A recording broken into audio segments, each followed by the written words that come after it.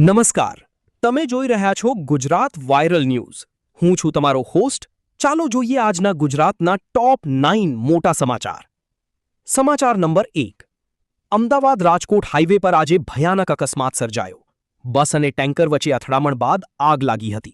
આ દુર્ઘટનામાં 4 લોકોના મોત થયા છે, જ્યારે 10થી વધુ લોકો ઈજાગ્રસ્ત થયા છે. પોલીસ અને ફાયર વિભાગે બચાવ કામગીરી હાથ ધરી. સમાચાર નંબર 2. ગાંધીનગરના સરિતા ઉદ્યાન નજીક કાર અને રિક્ષા વચ્ચે ગંભીર અકસ્માત થયો. ક્રિકેટ રમી પરત ફરતા યુવકો ઈજાગ્રસ્ત બન્યા. તમામની સારવાર માટે હોસ્પિટલ ખસેડાયા છે. સમાચાર નંબર 3. જૂનાગઢના સાસણગીરમાં ઇન્ટરનેશનલ બિગ કેટ સમિટનું ભવ્ય આયોજન કરવામાં આવ્યું છે. વિશ્વભરના વન્યજીવ નિષ્ણાતો એશિયાટિક સિંહોના સંરક્ષણ મુદ્દે ચર્ચા કરી રહ્યા છે. સમાચાર નંબર 4.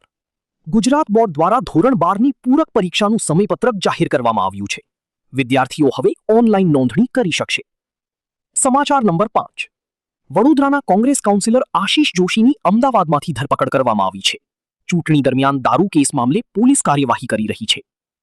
સમાચાર નંબર 6.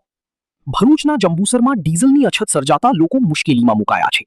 પેટ્રોલ પંપ પર લાંબી લાઈનો જોવા મળી રહી છે. સમાચાર નંબર 7.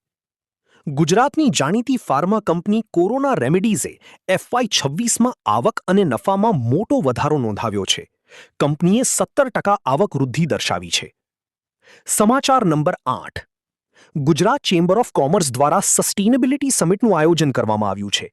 ગ્રીન એનર્જી અને પર્યાવરણ મુદ્દે ખાસ ચર્ચા થશે. સમાચાર નંબર 9. IPL 2026માં ગુજરાત ટાઇટન્સના કોચ આશીષ નેહરાની પ્રશંસા થઈ રહી છે.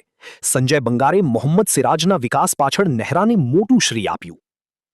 તો મિત્રો, આ હતા આજના ગુજરાતના ટોપ 9 મોટા સમાચાર.